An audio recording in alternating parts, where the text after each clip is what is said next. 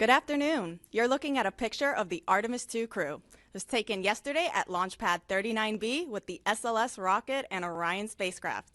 Our first launch attempt for the Artemis II mission is tomorrow, April 1st. The 2-hour launch window opens at 6:24 p.m. Eastern Time. Welcome. I'm Antonia Jaramillo, and this is the pre-launch news conference for the Artemis II mission. Joining us today to speak about the launch countdown is Jeff Spaulding, Senior NASA Test Director. Good afternoon. And Mark Berger, our 45th Launch Weather Officer with the Cape Canaveral Space Force Station. Thank you.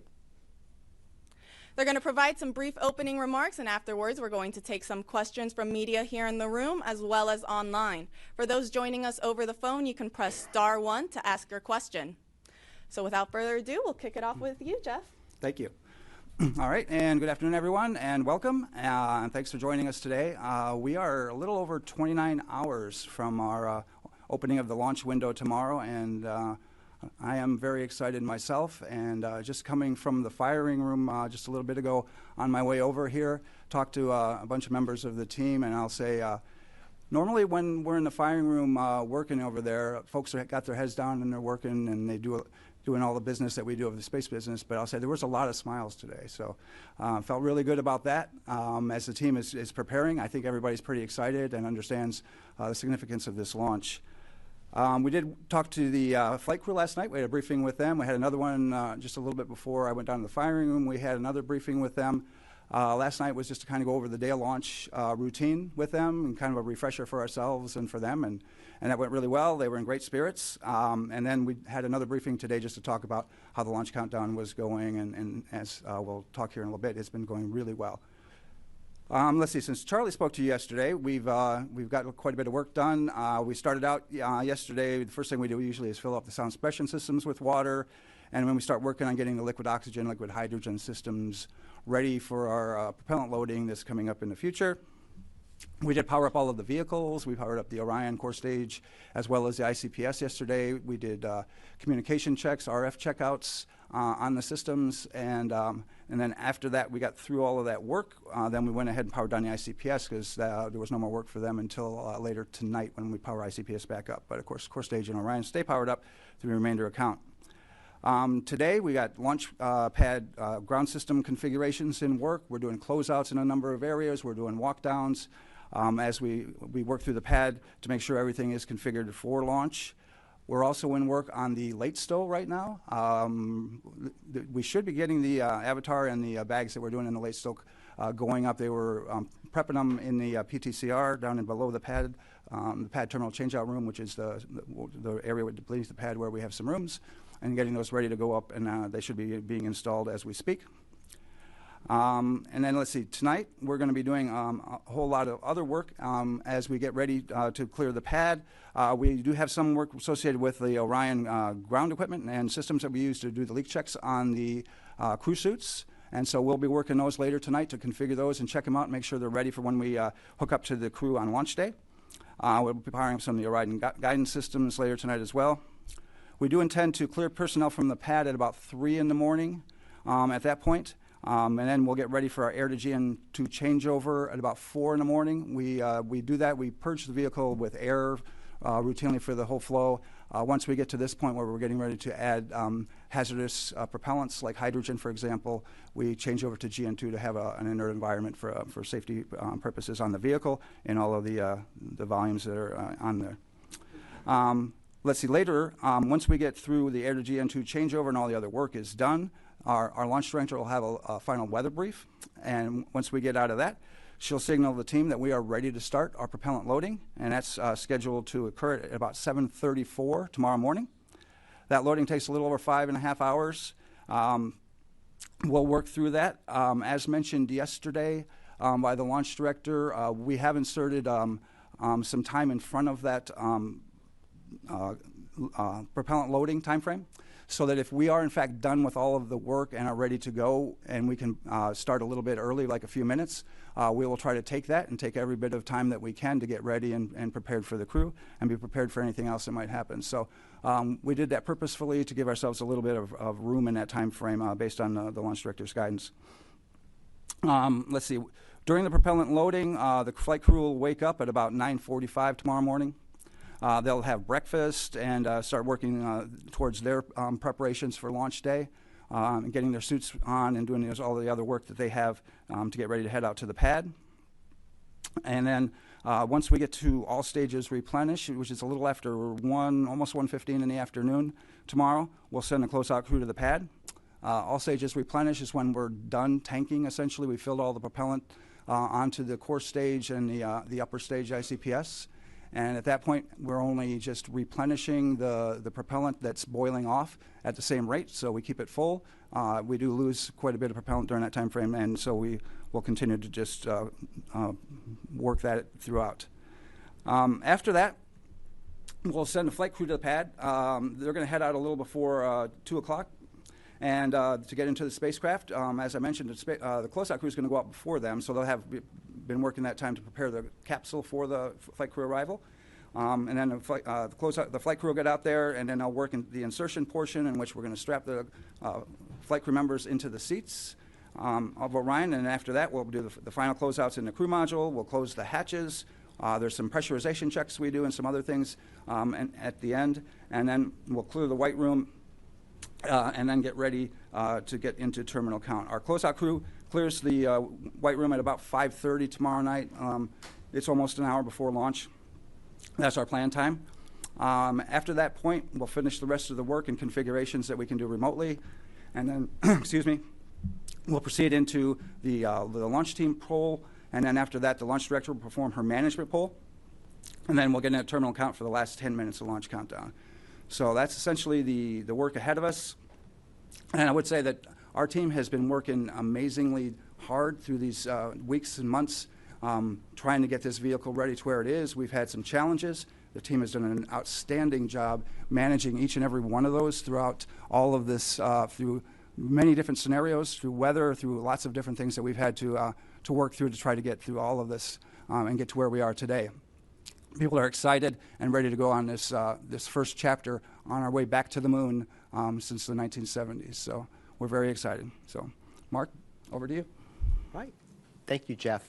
Good afternoon, everybody. So amazing times. It's great to be here at this point. And, of course, weather has been a nuanced thing for us at times here in the generation phase of this mission. But again, look outside right now, great weather.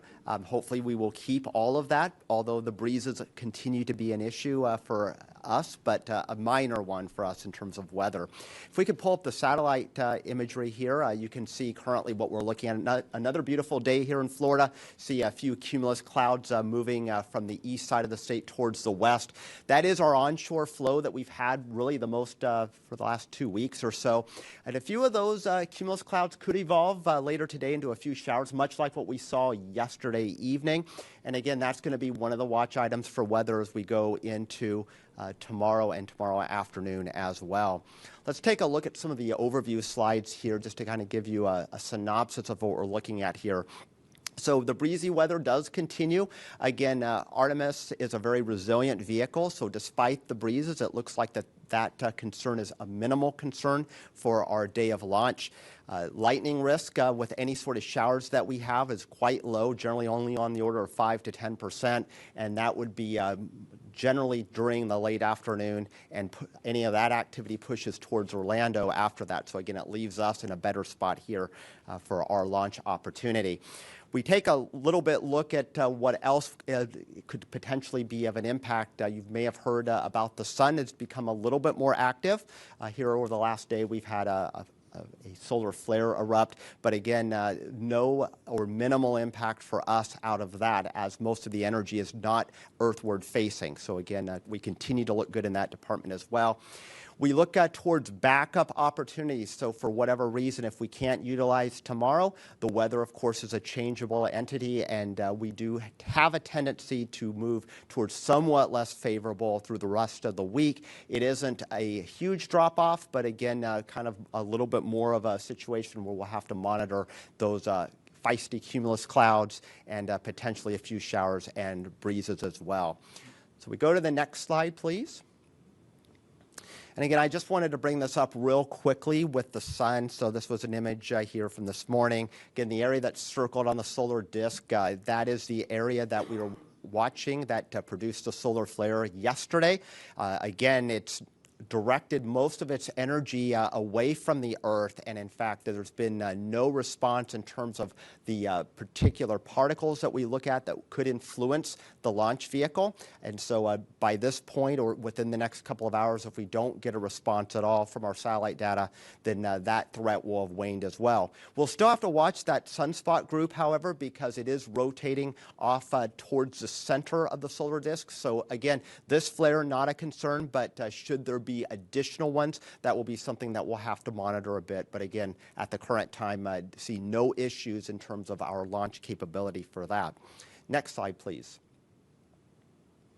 All right, and taking a look at our cross-section. So we meteorologists like to look at the atmosphere not only on maps, but we also like to look at what's happening through the depth of the atmosphere and with time. So here at Kennedy Space Center on this graph, you can see the metrics there, altitude there, going up into the atmosphere basically to the level of what a jet aircraft would fly. And then in time, we go from left to right from today through the weekend, including our launch opportunities. So the green on this map, which pops out here, is just a moisture profile. It doesn't necessarily mean rain. It just means that there's a little bit more of a predisposition for more clouds and rain. You also see the winds on there. Those are the black lines that are there with the little barbs on the end of them. So that gives us an indication of wind speed. So right now we're out of the east-southeast. We'll generally remain in that direction. We might back a little bit more to easterly winds as we go, but generally speeds in the 15 to 20 knot range, which again does not violate any of our liftoff weather constraints there. You do see superimposed on there the various launch opportunities, including tomorrow as the primary window, and then the next 3 days. So you do see a day-to-day fluctuation with that moisture content. On any given day, we'll likely get a few showers to develop off of that. But again, with the onshore flow, most of those showers with the sea breeze each day, which tend to be the more vigorous showers, will move off towards Orlando. You do see towards the end of this chart, so going into the weekend and beyond, a much more massive amount of moisture, the green there, and did want to point that out because this is just but one model at one time, and there has been a fair amount of inconsistency to how that moisture evolves. So it's just pretty strong hints that we will see an increasingly unfavorable environment as we get beyond this weekend and maybe late into the weekend. But again, I wanted to point that out because some of the charts I'm going to show utilizing another model gives you an idea of the battle that us meteorologists follow every day with trying to assess the uncertainty component of the atmosphere. So next slide, please. All right, so this is for tomorrow. Again, the green blotches here would indicate rain. You can see still an onshore flow. You do see a little bit of green to the west of us. Again, that would be sea breeze-driven activity that has moved off towards the west during the late day hours. But still, if you squint hard enough, you can see a few green blotches lurking in the Atlantic waters. Again, much like yesterday evening, if you were out and about, a few showers rolled in. That is certainly a possibility for us, again, for tomorrow evening. Next slide, please.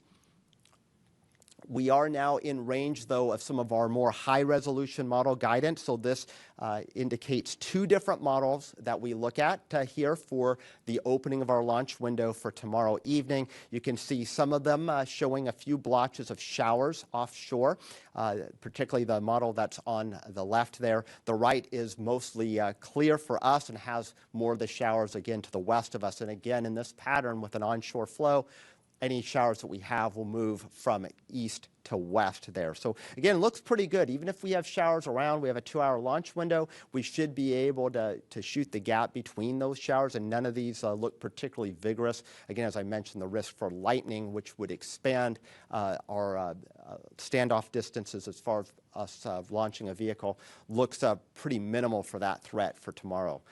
Next slide, please. So putting the graphics into numbers here, still maintaining a 20% chance of a no-go condition during the launch window. So the optimistic side of me says that means 80% chance of go here. Again, isolated showers wandering around, but again, a lot of real estate between those showers in all likelihood. So again, we should be able to find some clear air to launch Artemis II. Again, there's those winds out of the east-southeast, 15 to 20 knots, mild temperatures there. And again, the order of concerns from the weather standpoint here, cumulus cloud, and then winds would be a secondary threat, and then a much more distant threat would be solar weather. Again, the current flare, not a concern. It would be if there were any additional ones that form on the sun, potentially we would have to watch those. So let's go into the next day for our Thursday. Again, pretty similar pattern, still onshore flow. It does look a little windier, again, so that is an additional concern. And you also see a little bit more green, at least in the area. So again, I do suspect that a Thursday evening attempt would have a little bit more weather to deal with. So a POV of roughly 40% is what I'd be advertising for a Thursday evening launch attempt. Again, very similar concerns with the cumulus clouds and the winds as well.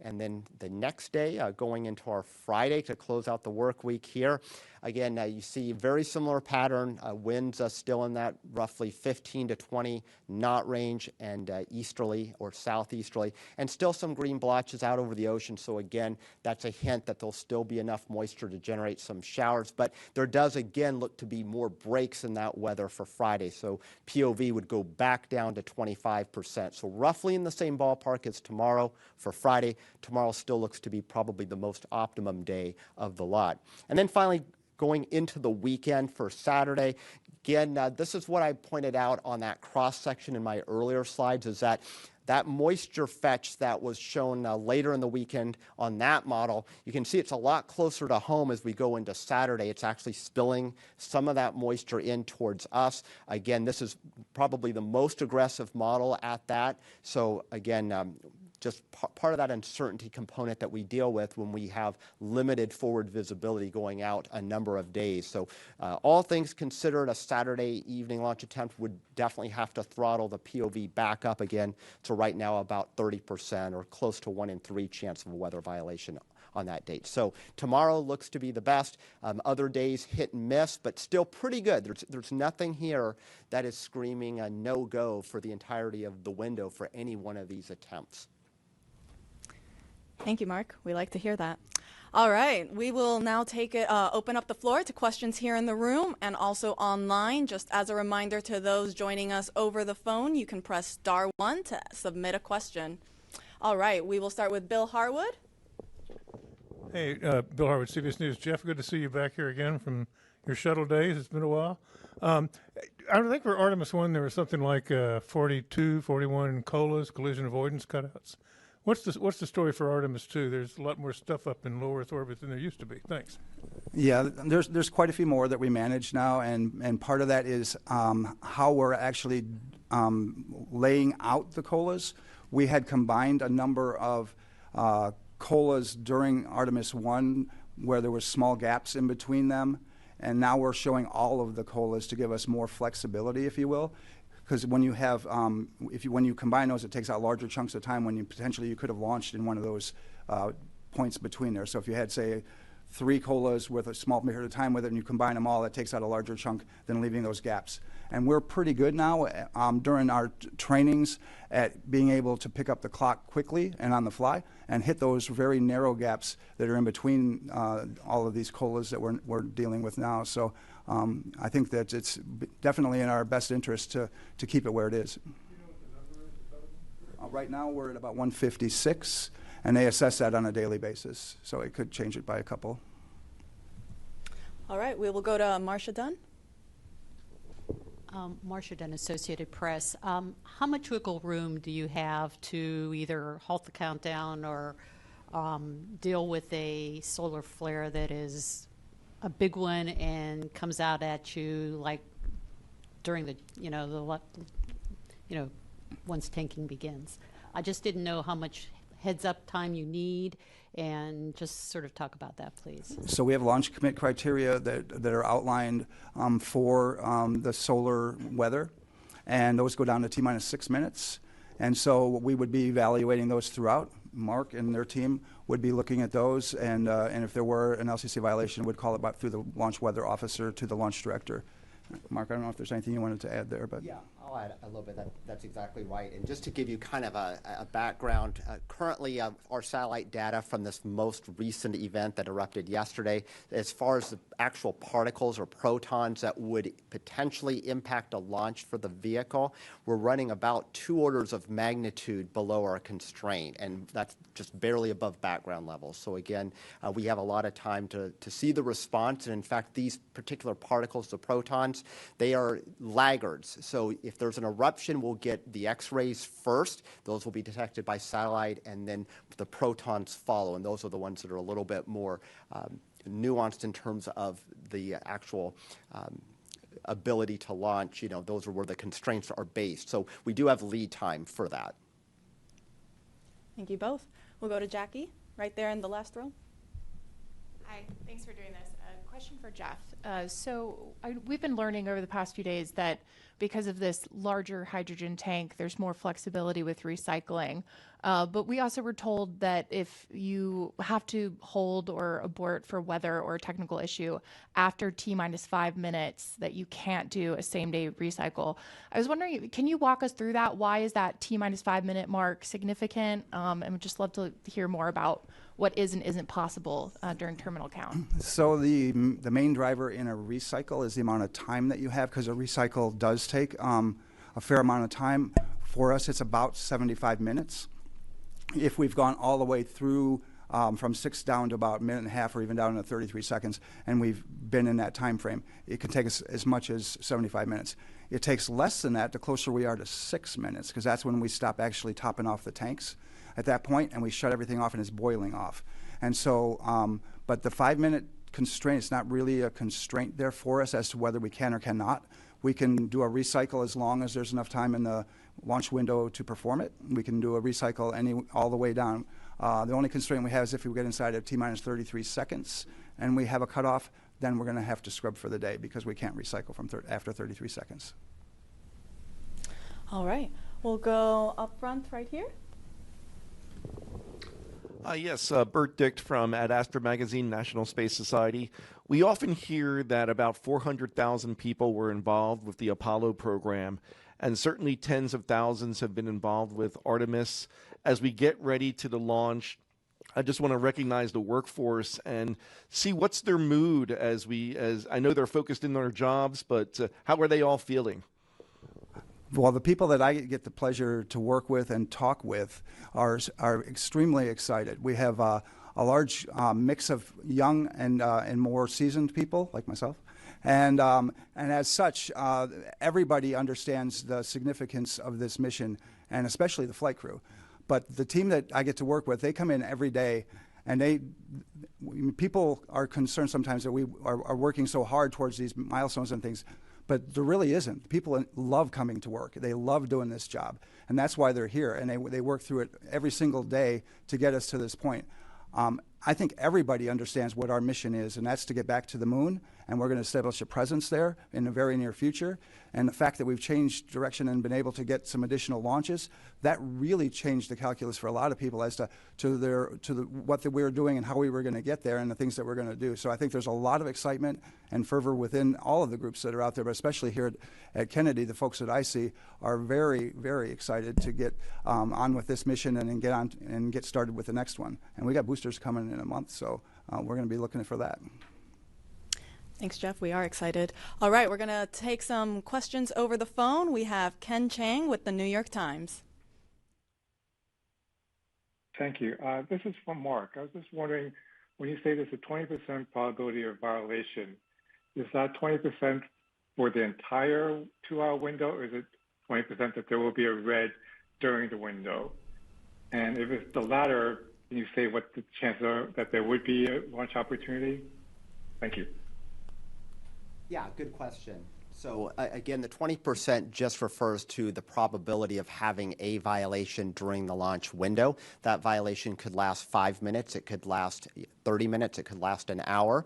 In this particular setup, I would imagine that if we get a violation, generally cumulus cloud would be the most likely candidate, probably in and out inside of about 30 minutes. And then again, as kind of the high resolution models hinted to and what the pattern supports, likely we would have additional opportunities within a 2-hour duration window. Thank you. Next up, we have Christopher Mick with the Hudson Star Observer. Thank you for the information today and for holding this briefing.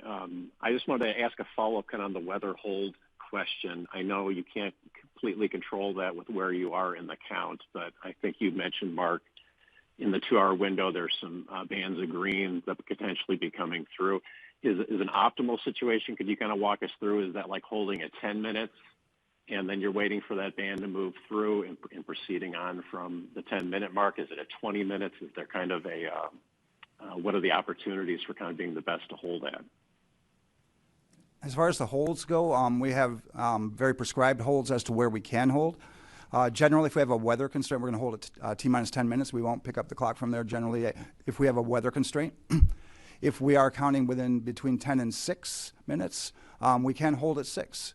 We can hold there for quite a while, actually, through the remainder of the launch window if there is a violation that occurs between 10 and 6 of any of our weather LCCs. So we can sit there for a while. If we pick up a weather constraint inside of T-minus 6 and counting, if it's something that's most likely, if we're going to have a constraint, we're probably not going to get it in a very short period of time. So we'll have to do a recycle and then come back and see if the weather's going to be good on the other side of that. But we have very prescribed hold points and where we can, stop and then pick up the clock again as required. Thank you. We'll now take questions back here in the room. We have one here right up front with this gentleman over here. Hi, good afternoon. Tom Costello with NBC News. As you are now back on the pad, and of course in February you dealt with the issues on the wet dress and the tanking issues, what will be the earliest concerning signs you'll be watching for as you begin tanking tomorrow morning, assuming everything is going well, but you will clearly have your eyes very closely monitoring that tanking progress. What will you be closely watching for that there could be signs of trouble? The first thing we would probably be looking at is a recurrence of these events that happened previously, right? So once we get in a fast fill on hydrogen, that is where we had the previous issue where we had the leaks. We believe that we've solved those through, we've changed the seals out, we've done exhaustive testing, and so we feel pretty good about that. We went through a wet dress with that seal, so all of that says that we feel pretty good about all of that. But that's where we would generally be looking at, first of all, is right there at the beginning when we transition from slow fill to fast fill on the hydrogen side. Thanks. We'll take some more questions over here in the room. Let's go over to this side. We'll go right here up front as well. Hi, Sawyer Rosenstein with NSF. We talked obviously about the weather here at the Cape and around the area, but what about abort weather criteria? Can you go into what that looks like for the coming days, and also how often are you measuring it? How are you measuring it as well? Okay. Yeah, good question, and a complex one, actually. So the winds are obviously coming from onshore, and the whole point of in case of an abort is if we have to utilize that system, we do not want to have the Orion capsule land back on land. So there are particular thresholds, are really the component of the onshore wind that's exactly perpendicular to the coast. And so just getting a wind out of the east-southeast, the actual coastline is more oriented northeast. So we take only a fraction of that onshore component, which helps us out. Now, if the winds were starting to back, if we saw that indication on maybe one of the backup days that instead of them coming out of southeast, they were more northeasterly, we would unfortunately be exposed to a higher percentage of that onshore component. So we do look at it at a layer, not only at the ground, but all the way up through 4,800 feet. And to make that assessment, and it's an average speed through that layer, and we actually do have calculations to run that. But the decision point is actually from a balloon that is launched at L-minus 3 hours and 10 minutes. We'll be providing the launch director already with assessments of the forecast well before then. But that L-minus 3 hour and 10 minute balloon is really where we'll report the hardline data as to whether or not that component that is onshore northeasterly is actually in violation of the magnitude constraint of that. And then at that point, if that were to be the case, then we'd be continually advising the LD about what our expectations are. Subsequent balloons will be launched and will also give us a read for that.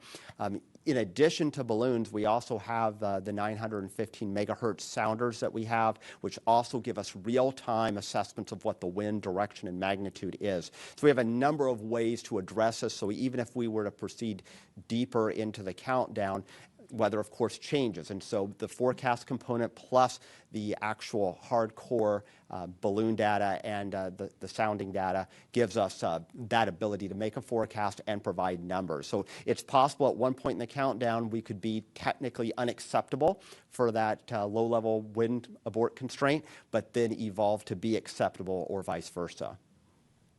Thank you, Mark. We'll go ahead and take then the person right behind him. Tim Dodd, Everyday Astronaut. Can you give us a quick little refresher on if we do go through an entire launch window tomorrow, and we might be holding for weather or whatever, we do have a 24-hour reset, a recycle capability for Thursday.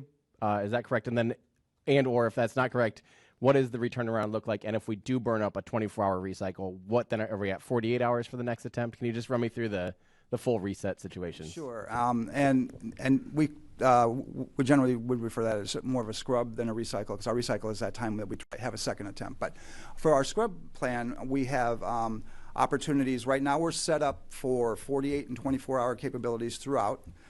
We have 4 launch attempts available to us in 6 days, and we'll take a combination of that. As mentioned yesterday, our launch director mentioned our sort of baseline or preferred method is to do a 48, then into 24, and then followed by 48, and that to set us up for LOX tankers. But there are a lot of other factors that come into that if, in fact, we have weather or other types of things that may say that second, if you wait 48 hours, those aren't good dates. So there's a whole lot of factors that come in to that evaluation when we determine the date. We set up for dates, and then we adjust as we need to based on what happened during that kicked us out for the scrub or any other types of things. So, but we have capabilities for 4 attempts in 6 days, and I need to have a couple of 48-hour scrubs in there so that I can take tankers for the liquid oxygen system. Thanks. We'll now go to the other side. We'll go right up there. Hi, Robert Perlman with CollectSpace.com. There's a long history dating back to the Apollo era guys of pulling pranks on launch day with the launch team and with the launch team pulling pranks on the flight crew. And given that tomorrow is April 1st, I was wondering if, maybe without spoiling anything, if there's been any talk about that or whether there's actually been a decision to not do that and stay away from that. So I am not aware of any pranks that anybody intends to pull on the flight crew or in the launch team itself. So I think I'll just leave it at that. But I'm not aware of any, and I'm hoping that we just stay focused on the launch tomorrow. So that's our plan.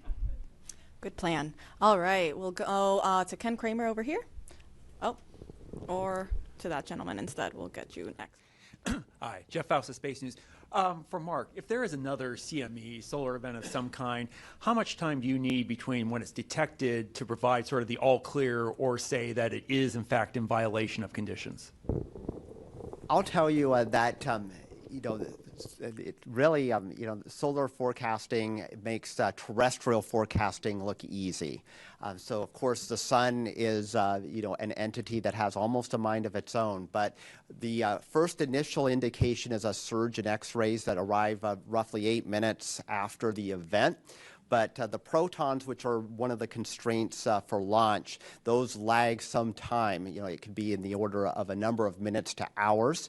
And then potentially any sort of additional flare, of course, we'd be watching real time on satellite data. So sometimes those are pretty quick fuse or quick turnaround events, but oftentimes in this kind of situation, the spike would happen pretty gradually. So you'd see an uptick in those protons, and then eventually that would be a precursor to a more concerning surge. But again, right now we're hovering right around background levels, and it takes actually quite a bit of energy directed towards the Earth for us to even get close to those constraints. And right now where that sunspot group is, it's still kind of out on the limb. talking to the experts at NOAA's Space Weather Prediction Center this morning. They're the ones who monitor this and forecast this, though they're definitely more in that lane than I am. They also see kind of about a 55% chance that we would get an M-class flare over the next 48 hours. That's a lower level flare. Again, probably not a concern at all. And then a 10% chance over the next 48 hours of an additional X-class. But again, that doesn't say anything of how that energy is directed, which at this point, that energy will have a preference to not be directed towards Earth. In a few days' time from now, if we were to get another flare from that sunspot group as it rotates towards the center of the solar disk, that would be something that would predispose us to getting a little bit more of that energy. But as far as whether or not that's actually enough to trick a constraint, that's still a pretty high bar to reach. Thank you. We'll now go up front right over here.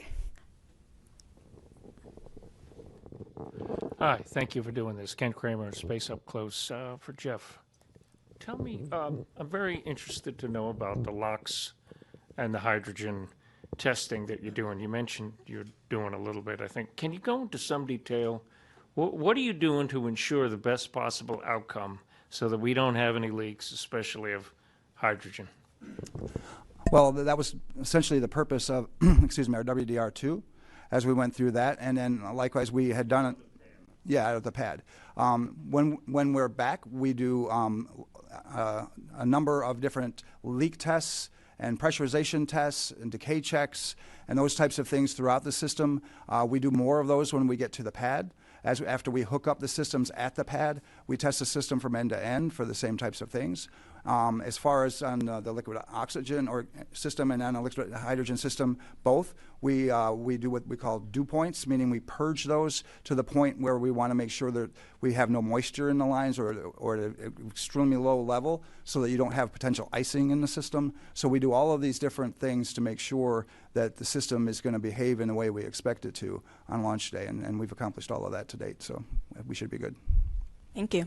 We'll now take some questions over the phone. We have TJ Mascaro with the Epoch Times. Good afternoon. Thank you so much for taking the time. My question's for Mark. Can you please give a bit of a refresh about the cloud violations and the concerns behind them? Yeah, indeed. So Cumulus Cloud, which is the one that we're talking about here, and that's one of the Lightning Launch Commit criteria, that's actually the most commonly violated here on the east coast of Florida any time of year. Again, you walk outside most days, you'll see a puffy, what looks like a cotton ball out there. If that cotton ball gets more agitated and it grows throughout the depth of the atmosphere, that's when it starts triggering our so-called standoff distances that could cause an issue for launch. So as long as they're shallow and flat, not an issue to fly right through them. But they get up to certain levels of altitude, it could be as much as a 10-mile standoff distance between the rocket on its flight path or the launch pad and the edge of that cloud. And so, again, they have to get quite vigorous. They don't even have to produce, though, lightning to get necessarily at that 10-mile standoff distance. For the launch date coming up, I don't foresee any of the cumulus getting that high into the atmosphere or that cold, which would trigger that much real estate being blocked off for us. But we could certainly have fly-through considerations, which means we can't launch the rocket directly into the cumulus cloud or possibly even as far as 5 miles from it, just given how the atmosphere profile looks like. The depth of moisture is pretty shallow, even though it feels really humid out there. So again, that helps us in that consideration. But I'll also point out that just looking at our overall climatology here on the Eastern Range, so almost 1 out of 4 launches over the course of the year would have one or more no-go lightning launch commit criteria. Doesn't mean the launch scrubs, but again, it's a pretty common occurrence. Scrub would be a lot lower percentage than that. So again, that kind of speaks to the transitory nature of these clouds. You get a 2-hour launch window, they could be in the flight path and then just as soon be right out of it. Thank you. We'll now go back to the room, and we'll take it in the second row here to this lady right there. Nicole Mortillero, Canadian Broadcasting Corporation. Going back to the X-flares, I know that there's a radiation shielding test that will be done on this mission. Can you talk about what that radiation shielding is and how it works? And if you needed to do it, let's say, day after tomorrow after launch, would they be able to do that quick enough? Go ahead and defer that to Jeff or... Yeah, the crew has the ability, and we anticipate that if there are, in fact, any need for shielding from radiation on orbit, they have contingency plans for that. They're going to practice some of that during the mission. As far as where they go into the vehicle and those types of things, there's some space in there that they can actually move into in the vehicle that will provide an additional shielding of the components of the ship itself, which provide the shielding inside of the areas in which they would be able to get to. They also would potentially move some of the equipment near to some of by the windows and some of the other things as they do that. But there's a protocol that they have for that, and I'm not probably the most versed person on it, but that's the part that I can tell you of some of the things that they have that are capability-wise that they can do on orbit when there are any of these types of events. Thanks, Jeff, and we can get you some more info if you have additional follow-ups. We'll go to the gentleman right next to her. Thank you very much. Tarek Malik for Space.com. I think for Jeff, you just mentioned the need for focus and whatnot, of course, because it's April Fool's Day coming up. But by all accounts, it sounds like this has been a very smooth and continual run-up to the launch. And I'm just curious how you are ensuring that the team continues that vigilance in what has been a very staid and quiet countdown. I would say that I wouldn't necessarily characterize that because it's quiet that we're not still doing the same amount of rigor out in the field. We're just finding less things now than we had previously. I think at times you get to a point where you have found and corrected as many things as maybe are available to you, and so the things that we find now are quite small and much less significant than we had in the past. So I hope that's a really good sign, but we still have the same amount of vigilance. We have the same procedures, the same people doing the same type of events throughout 24 hours a day, 7 days a week, and we've been working up to this. And so we are still in the same posture, regardless of whether maybe it looks like it's quiet. People are still putting in the same amount of effort and working towards, because again, they know the significance of the mission and the people that we're flying on it, and that they're going to do the right thing and make sure that we're safe to do so. Thank you. We'll go over to then the third row. We'll go to the gentleman there in the middle. Thanks so much. Mike Mainberg, Wall Street Journal. Jeff, kind of related to what Tarek just asked. It's been more than 3 years since Artemis I. Have you observed kind of in this process any jitters on different teams, any rustiness getting out there as the real thing unfolds? Yeah, thank you. We've been training since Artemis I for this time, right? But we've also had to modify a lot of our procedures, hardware, equipment, training, and other things to get to where we are. So as we've worked through that, it has been a building process for sure. We've seen that just in working through the WDRs, and the number of items that we've picked up each time has continuously gone down when we got through the countdown demonstration test and the WDR2. And so again, I would say if anything, we're learning, we're getting better. We're in the ability for us to improve our procedures is at a point where I think we're at a really good state now, and almost at a steady state to where we're where we need to be certainly for this mission, and we'll continue to improve that. Artemis III is going to be a slightly different mission, but we're already working towards that. We got a lot of folks that are engaged in Artemis III, and we're taking what we've learned from Artemis II and going to be applying it, and that'll be another challenge too as we work towards that. Thank you. We'll go then to the gentleman in that same row at the far end.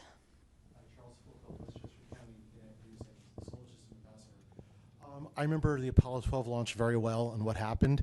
Is there a concern that the booster might lose its guidance if there's a similar lightning strike, or the spacecraft might lose its platform, like what happened in Apollo 12? And if so, what are some accommodations for that? So I would say for what we try to do, before we would launch, because again, we create a lot of launch commit criteria to avoid that very circumstance, right? A lot of things came out of that event which have led us to where we are today for all of these requirements that we have, both on the range and for vehicle requirements and those other types of things that Mark can speak to, I'm sure, very, very eloquently. But our systems and our vehicles are very robust. We have redundancy and capability throughout. If there were any type of event that we needed to work through, it's really hard to gauge exactly what that would mean. But all of our systems are hardened against various events. They have to fly in space, many of these, right, where we have to worry about solar events and other types of high energy events. So the vehicle is as robust, I think, as it needs to be, and we have the number of systems and robustness in it by having redundancy to allow us to weather many types of different things. And I don't know if you want to talk about the criteria and what's changed or not, but nothing to add, really. Really? You said it well. Okay. Thank you both. All right, we'll take then the one question there all the way in the back. Hey, Nell Greenfield, Voice with NPR. This is for Jeff. So you've been involved in a lot of shuttle launches, but this one could go to the moon. And I'm just wondering, like, does it feel different for you? I mean, you look like you were probably a kid during the days of Apollo. Like, would, 10-year-old you have thought that you'd be involved in a moon launch like this? Do you think about that at all? Or how does it actually feel? I mean, there's all the things you got to check off and do, but are you guys thinking about the moon? Have you been looking at the moon at night and thinking about that at all? I'll just say from my personal experience, I have, right? I try to walk every day in the morning, and I look up at the moon quite regularly, thinking about this mission and the upcoming missions that are going to be coming right downstream. So I'm really excited about this. I'm excited going to the moon. I'm excited about establishing a presence there. It's something that I have had a desire for a great many years, and then to get humans back out to Mars as well. That's another thing that I had. Fortunately, I had the ability to work on some of the studies that we did in the 90s on the Mars missions and things. And so I have been looking for human exploration of the solar system for a very long time. And it's part of the reason that I'm actually still here is to continue to put humans into space and to get us back into this launch mode that we are, so that we can continue to explore and establish a moon base and then continue to work towards getting to Mars. Thank you. We'll go to the other side. We'll go right here in the second row to the lady right there. Hi, Brandy Campbell with Fox Weather. I have a question about weather, of course, from Mark. Just with your past experience with issuing these forecasts, when you have a similar forecast, what we are dealing with, that 20% chance of a weather violation, do y'all normally get through that 2-hour window or just the window and have a successful launch? What have you experienced in the past? Well, of course, the forecast is perfect, so it's a 1 in 5 chance of us getting a weather violation. If we look at all the data over time, it comes out to being pretty close. But again, each countdown is different. So sometimes there's 20% that end up being no-go the entirety of the launch window. There's others, and most of them don't have a violation. So pretty close to that 4 and 5 times. And again, in a pattern like this where we have a moist onshore flow, I would be definitely thinking that we'll probably have showers around. Whether or not they get into the flight through path of the rocket, that's a whole other story. We're good because this time of year and this pattern doesn't lead to a lot of robust thunderstorms, so that does help us. It also eliminates a lot of lightning launch commit criteria, so that works in our favor as well. Thank you. We'll go over there to the gentleman in the blue shirt, the blue collar shirt. Hi, Pedro Palota from Space Orbit Brazil. You talk a lot about the weather for launch, but I would like to know about the weather for splashdown, and if is there a chance to move the launch day due to a better weather for the splashdown. I know we are a lot of days for the splashdown, but the weather can improve or get worse. So I want to understand what is the backup scenario for that. Do you want to talk the weather first? Okay. Yeah, I can speak a little bit to the weather. So we're not, at the 45th Weather Squadron, we're not specifically issuing a forecast for the Ascent Corridor or the Pacific here. We do have a team of forecasters that will be deployed out to the Pacific for the recovery. So they'll be watching that as well and assisting in all of that. But really for us here on day of launch, the only thing downrange that we're really looking at other than thunderstorms and the associated clouds and the lightning launch commit criteria would be what those low-level Orion abort winds would be on that quarter. We have colleagues out in Houston, Spaceflight Meteorology Group, that are assessing risk profiles going out across the Atlantic on ascent far beyond the Cape. Jeff, I'll let you speak to the rest of it. Yeah, and the flight team is part of that assessment that would be done on day of launch about the capabilities that we would have both for any kind of contingency landing, an abort once around, or any type of other event, and that folds into the launch day decision process as to whether we're going to make an attempt or not. We do have quite a bit of flexibility based on weather in the Pacific for those various scenarios. But that is essentially a launch day decision and would be part of the overall decision on whether we tank or whether we launch based on that weather criteria that come out of the flight control team. Thank you. We'll go to the gentleman there in the back, to Stephen Clark. The Stephen Clark, yeah. So I am Stephen Clark with Ars Technica. Following up on that last question, have you heard anything from SMG about how the ascent corridor is looking? I know that's not within your responsibility, but what are you hearing about the downrange weather in the Atlantic? And also for Jeff, just want to make sure, I know the trajectory and the azimuth changes day to day. Does it actually change like minute to minute within the launch window, and how do you manage that, if so, with different conditions at different azimuths? Thanks. Yeah. So yeah, the azimuth does change, minute by minute. Luckily, it's a fairly small slice, so that was something we dealt with Artemis I as well. That impacts us because, of course, from a radar and launch lightning commit criteria, that sort of thing, we have to use those trajectories to decide whether or not a cloud would actually pose a threat wherever it is during the actual countdown. What was the first part of your question, please, again? Sure. Just what are you hearing from SMG about the ascent corridor? Oh, yeah, sorry. Right now, weather appears to be very much go. The threat that I saw on the last was under 9% total along the total ascent corridor, so that's really good. And in fact, the other aspects show decent weather continuing through a lot of the launch period. So having high pressure set up across the North Atlantic this time of year works in our favor. Thank you. We'll go over to Ada right there. Hi. Is there a defining moment in the countdown when the reality sets that humans are returning to deep space, and how do you experience that as a leader in this mission? So for me, once we get inside of 10 minutes and counting, that's where it starts, because we all on the launch team at that particular point know that it's become real for all of us. We also know that we all need to be prepared to do everything we can to continue through that or to take any action that would be required. But it really starts to get real for me when we're inside of 1 minute. And when we're inside of 1 minute, to me, I feel very confident and very hopeful that we're going to go. But that's when the first time I think I ever actually think to myself that we really are going to make it that day. Because I'm always thinking about what's going to not let us go, right? Because that's part of my job, is to stop the clock if we need to. So when we get inside of 1, it doesn't mean that we're free, because that's really a dangerous time as well. But that's when it really starts to hit home that we really got a shot at making it today. And I know a lot of people are thinking the same thing, because you can hear a pin drop in that firing room as you count from 10 down to T0. And then after that, though, it may get a little bit noisier at some point, but. Thank you. All right, we'll go back to the phone. We have Kenneth Chang with the New York Times again.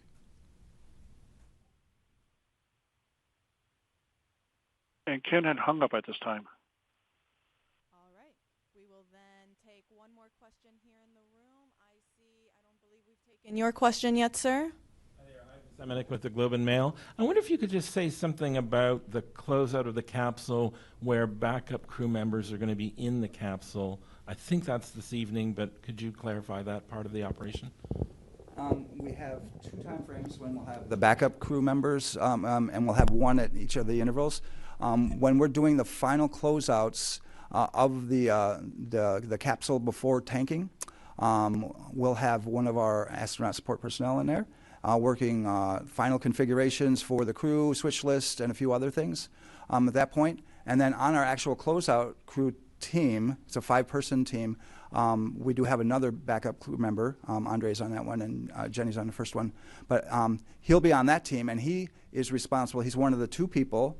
We also have an insertion technician, Bill does that work, that is responsible for strapping the flight crew in during that time frame and getting the crew module all set up at the very, very end. And then when they're done, they come outside. But he'll be inside of the capsule during that time. The flight crew insertion at the end takes about 30 minutes or so. Once the flight crew's there, they do a little work before that, so he'll be in there before that time frame as well. And at the very end, yeah, it's pretty good to watch what those guys are doing. Thank you. I don't see any other hands in the room. All right. Well, then with that, we will wrap up today's briefing. Thank you to our panelists for taking the time to answer all of our questions, and to the media here in the room for asking your questions. Artemis II is scheduled to launch at 6:24 p.m. Eastern Time tomorrow from Launch Pad 39B. That's the opening of a 2-hour launch window. You can watch our 24/7 live coverage beginning at 7:45 a.m. And you can, I think, see on your screen below how to watch nasa.gov/ways to watch. Thanks, and go Artemis.